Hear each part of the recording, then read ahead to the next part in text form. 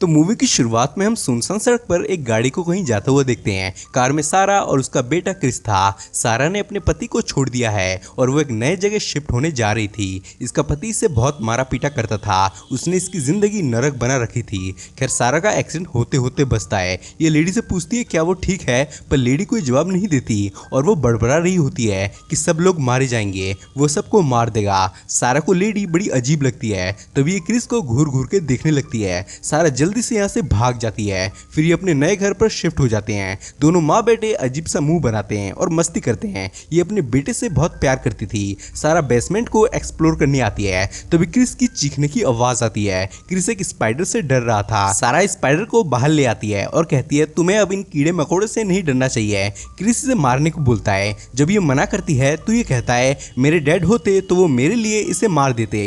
ये मकड़ी को मार गुस्से में भागने लगता है। सारा उसे रुकने को बोलती है पर वो जंगल में घुस जाता है और अब क्रिस इसे कहीं नहीं दिख रहा था। ये उसे जोर जोर से आवाजें लगाने लगती है। ये चलते चलते एक जगह आती है जहां बहुत बड़ा होल था। जंगल के बीचों बीच ये होल देखकर इसे बड़ा अजीब लगता है। तभी क्रिस इसके पीछे आ जाता है। सारा इसे आइंदा कभी ऐसे ना भागने को कहती है। बच्चा सॉरी कहता है। फिर ये दोनों चले जाते हैं। सडनली आधी रात को इसकी नींद खुलती है जिससे क्रिस को चेक करने जाती है। क्रिस के अलावा इसका कोई और नहीं था। नेक्स्ट डे स्कूल से ये इसे पिक करती है। स्कूल में टैलेंट शो होने वाला था। ये क्रिस को उसमें पार्टिसिपेट करने को बोलती है ताकि इसके नए दोस्त बन सके। एक रात सारा अपने दोस्त लुइस के घर डिनर के लिए आई होती है। लुइस से उस अजीब औरत की एक कहानी सुनाती है कि उसने अपने 8 साल के एक बच्चे को गाड़ी से कुचल कर मार डाला था। वो कह रही थी कि ये उसका बच्चा नहीं है।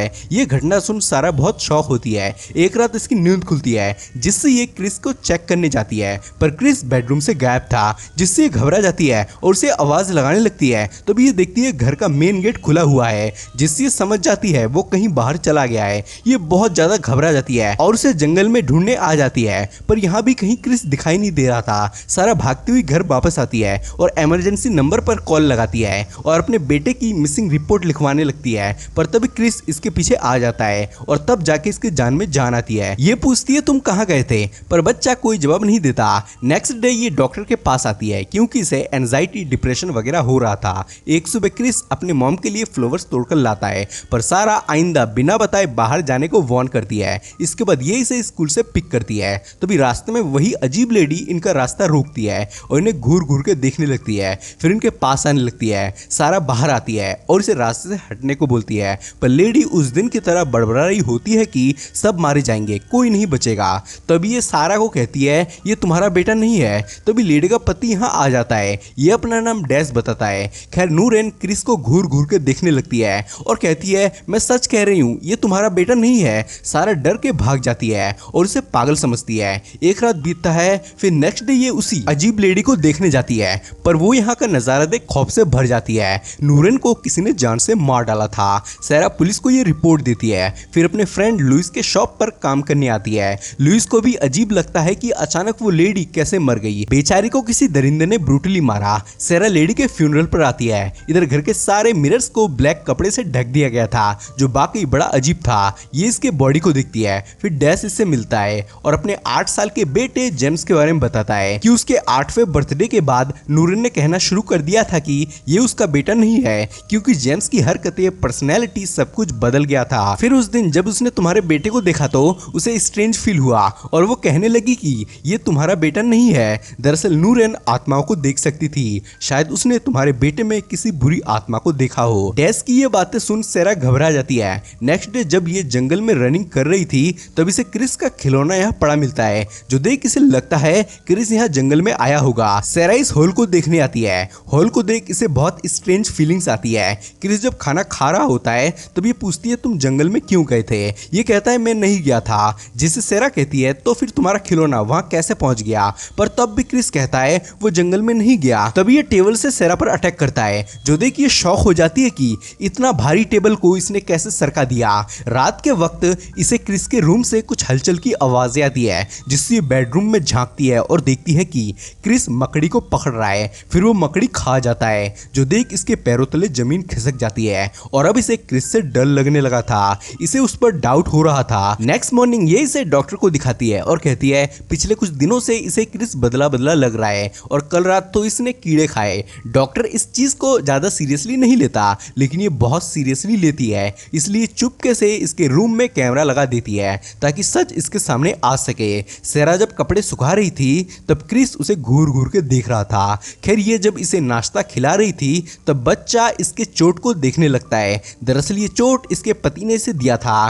क्रिस सडनली खाल के अंदर अपनी उंगलियां घुसा देता है, पर तभी इसकी नींद खुल जाती है। ये इसका बुरा सपना था। खैर ये स्कूल में सभी पेरेंट्स की तरह अपने बेटे क्रिस का शो देखने आती है। शो के दौरान क्रिस इसे घूर घूर के देख रहा होता है और इसकी आवाज़ भी बदल जाती है और ये जंगल में बनी उस होल के बारे में भी कुछ बताने लगता है। सेरा बहुत ज़्यादा घबरा जाती है और यहाँ से भागने लगती है। फिर लुइस को बताती है कि ये उसका बेटा नहीं है, ये क्रिस हो ही नहीं सकता। तभी क्रिस यहाँ आ जाता है और ये भाग जाती है। इसके बाद घर आती है और उस कैमरा की रिकॉर्डिंग देखती है जो इसने क्रिस के रूम में उस दिन लगाया था। ये रिकॉर्डिंग देख और भी हैरान रह जाती है। फिर डैश के पास आती है और उसे ये रिकॉर्डिंग दिखाती है। डैश भी समझ जाता है कि इसके बेटे जेम्स के साथ जो हुआ था वही क्रिस के साथ भी हो रहा है। खैर क्रिस इससे पूछता है, आप मुझे स्कूल में अकेला छोड़कर क्यों भाग गई थी? ये कहती है इसकी तबीयत खराब हो गई थी। खैर ये इसके लिए खाना लगाती है। क्रिस खाना खाने लगता है। क्रिस जब टीवी देख रहा होता है तब ये इसके पास आती है और ये इसे वही पुराना वाला गेम खेलने को बोलती है जिसमें ये दोनों चेहरा बिगाड़ा करते थे। सारा 3 तक गिनती है पर ये चेहरा नहीं बिगाड़ता, जिससे सारा समझ जाती है ये कोई और है। ये कहती है तुम मेरे बेटे हो ही नहीं सकते, मैं जान गई हूँ तुम मेरे बेटे नहीं हो। ये सारा को उठा के फेंकता है और उसे बहुत मारता है। फिर जब इसे होश आता है तो ये देखती है ये इसके लिए गड्ढा खोद रहा है। ये सारा का मुंह गड्ढा में घुसा देता है और ऊपर से मिट्टी डालने लगता है। तब ये बेहोश हो जाता है क्योंकि सारा ने इसके खाने में नींद की गोली मिलाई थी। खैर फिर सारा अपना मुंह बाहर निकालती है और इसे बेसमेंट के अंदर ले आती है। फिर मिरर उठाती है और इसके मुंह के आगे ले जाती है। मिरर में इसका शैतानी चेहरा दिख जाता है। ये खौफ से भर जाती है। तभी ये भी होश में आ जाता है और सेरा पर अटैक कर देता है। ये उसका गला घोटने लगता है। बड़ी मुश्किल से ये इसे मार के बेहोश करती है, पर तभी ये होश में आके चिल्लाने लगता है। ये बेसमेंट का गेट लॉक कर देती है। इधर वो एंटिटी बहुत जोर से चीख रही थी। सेरा भागते हुए इस होल के पास आती है और इसके नीचे उतर जाती है। तभी होल इसे अपने अंदर खींच लेता है। सेरा अंदर आ जाती है। कुछ देर बाद इसे अंदर होश आता है और ये आगे बढ़ने लगती है। इसे एक गहरा सुरंग दिखाई देता है। ये सुरंग के अंदर घुस जाती है और आगे बढ़ने लगती है। ये सुरंग बहुत बारीक थी पर ये सुरंग को पार कर लेती है और एक जगह आती है। इसे यहाँ बहुत सारे कंकाल मिलते हैं। फिर इसे क्रिस भी पड़ा मिल जाता है। इतने दिनों से बच्चा यहाँ पड़ा था और घर में इसके साथ वो शैतानी एंटिटी क्रिस का रूप लेकर रह रही थी। खैर इधर एंटिटी सेरा को देख लेती है। सेरा जल्दी से क्रिस को लेकर भागने लगती है पर फिर एक एंटिटी से पकड़ लेती है। तभी ये देखती है एंटिटी ने छूने मात्र से ही इसका रूप ले लिया। इधर ये एंटिटी असली लोगों को यहाँ कैद कर खुद उनका रूप लेके उनकी जिंदगी जीते थे। सेरा खुद को इससे छुड़ा लेती है। फिर इसे लेके जंगल से बाहर आ जाती है। फिर देखती है गाड़ी की चाबी घर के अंदर है। ये इसे यहाँ रख के घर के अंदर आ जाती है। फिर चाबी उठाती है। इधर बेसमेंट के अंदर से वो एंटिटी बाहर निकलने की कोशिश कर रही थी। तभी हम देखते हैं सेरा ने घर में आग लगा दी है। फिर ये दोनों निकल जाते हैं। फिर सीन शिफ्ट होता है और हम देखते हैं सेरा एक टीचर बन चुकी है जो वो हमेशा से बनना चाहिए थी। अब ये दोनों खुशी से अपनी लाइफ जी रहे थे। सेरा ने घर पर बहुत सारे मिरर्स लगाया हुआ था ताकि अगर कभी कोई क्रिस का रूप लेके आता है तो ये उसे पकड़ सके।